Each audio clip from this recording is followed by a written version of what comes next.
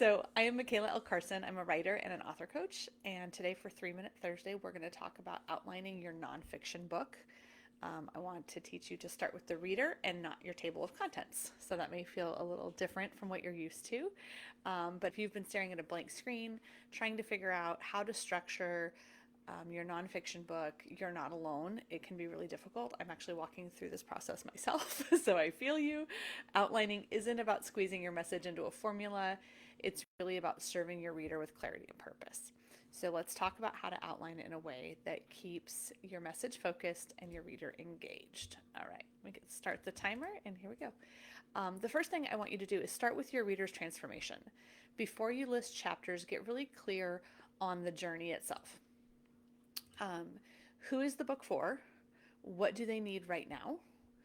Where do I want them to be by the end of the book? And what's the before and after transformation that they're going to experience? That is really how you outline to keep the reader in mind.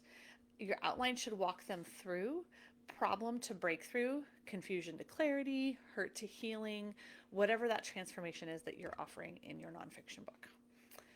Once you've done that, I want you to build your big ideas. So think in major building blocks, not just chapters. As a coach, I would say brainstorm 4 to 6 big ideas or milestones that your reader needs to walk through in order to get from point A to point B. And then these big ideas will become the core sections or chapter themes. Don't overthink it. Or organizing it yet, just gather those ideas, okay? So I want you to ask yourself, if I only had a whiteboard in 30 minutes, what 5 points would I teach? Or another question you could ask is, what is absolutely essential for the reader's journey and what is extra? Those will help you dial in on that key talking point area. The next thing you're going to do is, once you've got those big ideas solidified, you can start to shape the content underneath.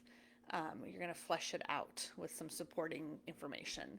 So you're going to add those supporting pieces like personal stories and testimonies, scripture, research, reflection questions, practical takeaways or action steps. And again, this is still outlining. You're not writing all of this. You're just mapping it out for yourself to guide you as you write. Ask yourself, where does my story intersect with theirs? That's going to be really important. What teaching or insight can I give them in this talking point or this main point? And then how can I end each chapter with momentum so that it's not just information? Think about like a call to action. It could be a sample prayer. It could be journal questions. It could be scripture verses to reflect on, things like that. So you want to end your chapter strong and not just be an information download. Okay, it's your turn. Think through, what transformation is your reader looking for?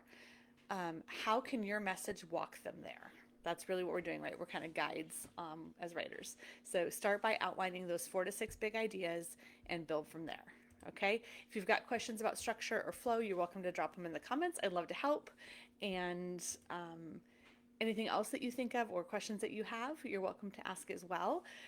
I look forward to hearing how this is working for you, where you're at in your outlining process, and I hope you have an awesome rest of your day.